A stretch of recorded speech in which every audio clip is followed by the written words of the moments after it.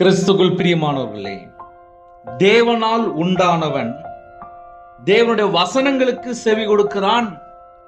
நீங்கள் தேவனால் உண்டாயிருந்தபடினால் செவி கொடாமல் இருக்கிறீர்கள் என்றார். ஹல்லேலூயா. தேவனால் உண்டானவர்களை எப்படி கண்டுபிடிப்பது? காலம் கடைசியாயிருக்கு. கடைசி காலத்திலே என் வீட்டுல எனக்கு பிரச்சனை சரியாயிருமா, என் குடும்பத்துல எனக்கு பிரச்சனை சரியாயிருமா, என் வாழ்க்கையில எல்லா பிரச்சனைக்கும் ஒரு முடிவு வந்துருமான்னு சொல்லி ஜனங்கள் இங்கும் அங்கும் ஓடுறாங்க. ஆனால் பிரச்சனை முடிய மாட்டுக்கு. என்ன ஏது காரணம் புரிய மாட்டுக்கு. நம்ம எப்படி யோசித்து பார்க்கலாம்? தேவனால் உண்டானவன் தேவனுடைய வசனங்களுக்கு செவி கொடுக்கிறான். என் இதயத்துக்குள்ள சமாதானம் வரணும் அப்படின்னா தேவனுடைய வசனத்துக்கு நான் செவி கொடுக்கிற மகனா நான் மாறினா மட்டும்தான் என் இருதயத்துக்குள்ளே தேவ சமாதானம் உண்டாகும். தேவனால் உண்டானவன் தேவனுடைய வசனங்களுக்கு செவி கொடுக்கிறான்.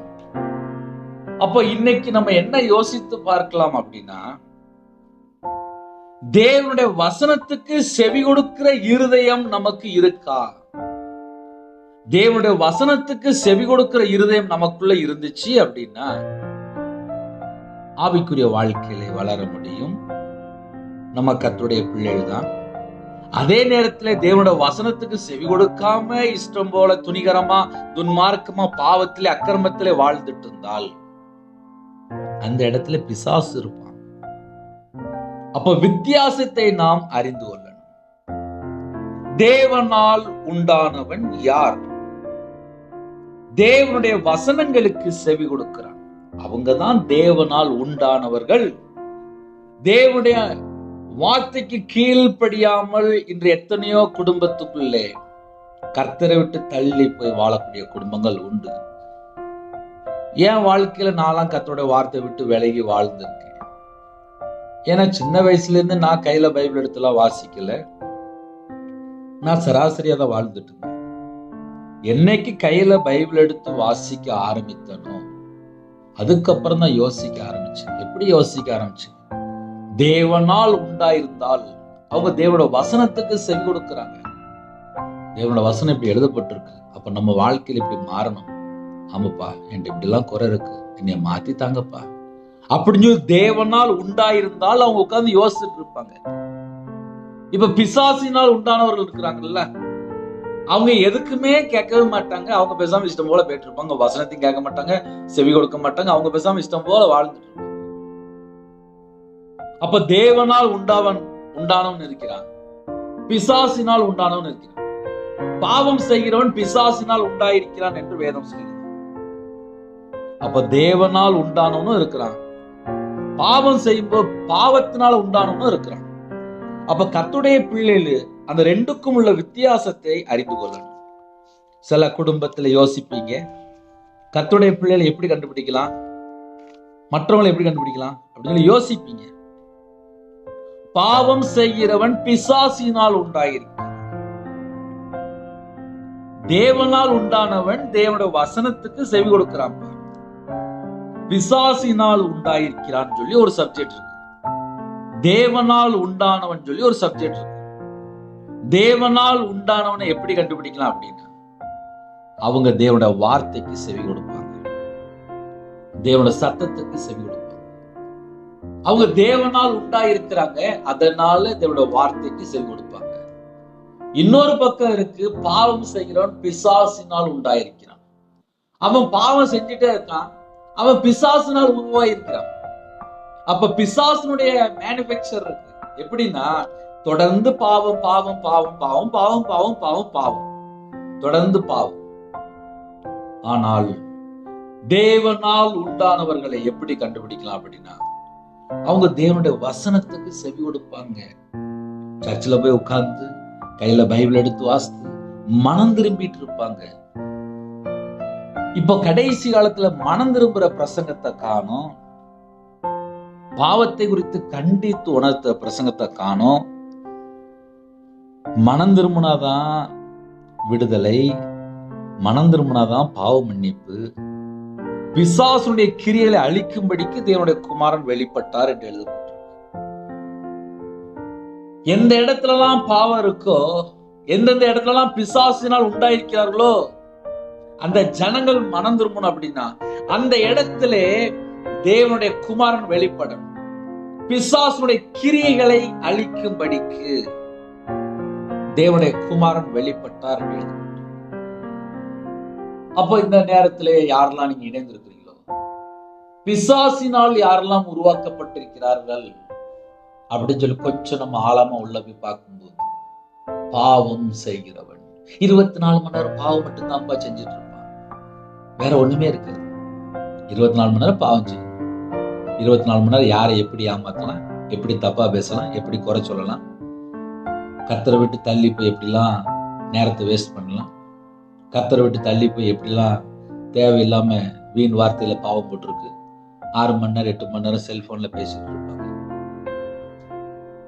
கர்த்தருடைய வார்த்தைக்கு கீழ்ப்படியாமல் துணிகரமா வாழ்ந்துட்டு இருப்பாங்க. நல்ல பொய் பேசுவாங்க, துன்மார்க்கமா வாழ்வாங்க, துரோகியா இருப்பாங்க.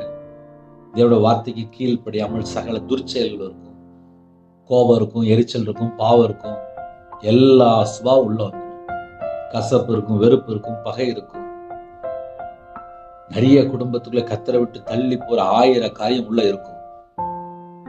கர்த்தருடைய பிள்ளைகள் எப்படி இருப்பாங்கன்னா, தேவனுடைய சத்தத்துக்கு செவி கொடுப்பாங்க, தேவனுடைய வார்த்தைக்கு செவி கொடுப்பாங்க, தேவனுடைய வசனத்துக்கு செவி கொடுப்பாங்க. தேவனால் உண்டானவன் என்று எழுதப்பட்டிருக்கு. தேவனால் உண்டானவன் தேவனுடைய வசனத்துக்கு செவி கொடுக்கிறான். சில குடும்பத்திலே வசனத்துக்கெல்லாம் செவி கொடுக்கவே மாட்டாங்க. அப்படி நிறைய குடும்பம் இருக்கு, நிறைய குடும்பம் இருக்கு. நீங்கள் தேவனால் உண்டாயிராதபடியினால் செவி கொடாமல் இருக்கிறீர்கள் என்கிற. அப்படின்னா என்ன அர்த்தம் அப்படின்னா, அந்த இடத்துக்குள்ளே பிசாசுடைய மேனுஃபேக்சர். கர்த்தருடைய பிள்ளைகள் கர்த்தருடைய வார்த்தையை செவி கொடுப்பாங்க. பாவம் செய்கிறவன் பிசாசினால் உண்டாயிருக்கிறான். அப்ப 2 விதமான ஜனங்கள் சொல்லலாம். ஒரு பக்கம் பாவத்துல வாழ்ந்துட்டு இருப்பாங்க, இன்னொரு பக்கம் பார்த்தா மனம் திரும்பி தேவனுக்கு பிரியமானபடி தேவனுடைய நாம மகிமை கண்டு வாழ்ந்துட்டு இருப்பாங்க. காலம் கடைசியா இருக்கு. கடைசி கால எச்சரிப்பாக நம்ம யோசித்து பார்க்கலாம். கடைசி காலத்துல கர்த்தருடைய வருகையில் நாம் காணப்படணும் அப்படின்னா எப்படி வாழணும் அப்படின்னா, தேவனுடைய வசனத்துக்கு செவி கொடுக்கணும். அதான் நம்மளுடைய மைய கருத்து. தேவனால் உண்டானவர்கள் தேவனுடைய வசனங்களுக்கு செவி கொடுக்கிறார்கள். ஒருவேளை தேவனால் உண்டாயிராதவனை எப்படி கண்டுபிடிக்கலாம் அப்படின்னா, அவங்க தேவனுடைய வசனத்துக்கு செவி கொடுக்க மாட்டாங்க. ஏன் அப்படின்னு சொல்லி பார்க்கும்போது, பாவம் செய்கிறவன் பிசாசினால் உண்டாயிருக்கிறான். பாவம் செய்யும் போது பிசாசினால் அங்க மேனுஃபேக்சர், பிசாசினால் உருவாக்கப்பட்டிருக்கிறான். பிசாசானவன் ஆதி முதல் பாவம் செய்கிறான். அவன் தான் பாவம் செய்யறான். பிசாசனுடைய கிரியையை அழிக்கும்படிக்கு தேவனுடைய குமாரன் வெளிப்பட்டார். இன்னைக்கு இந்த செய்தி என்ன அப்படின்னா, தேவனால் உண்டானவன் யார், பிசாசினால் உண்டானவன் யார்? அதனால இந்த செய்தி உங்களுக்கு ஒருவேளை பிரயோஜனமா இருந்துச்சு அப்படின்னா, இதனுடைய தொடர்ச்சி நான் வரக்கூடிய நாட்களில் தியானிப்போம். தேவனால் உண்டாயிருந்தால் அவனுடைய வாழ்க்கையிலே சமாதானம், ஆசீர்வாதம், சந்தோஷம், நிம்மதி எல்லாமே இருக்கும். பிசாசினால் உண்டாயிருந்தால் அந்த இடத்துல வேதனை, பாவம், அக்கிரமம், சாபம், வியாதி, இப்படி பல காரியங்கள் சொல்லலாம். அதனால நம்ம தேவனுடைய பிள்ளையா வாழ்றதுக்கு அர்ப்பணிப்போம். ஒரு நிமிடம் கண்களை மூடி நாம் ஜெபம் செய்வோம். அன்பின் கர்த்தாவே, உம்மை நன்றி எடுத்துகிறோம்ப்பா.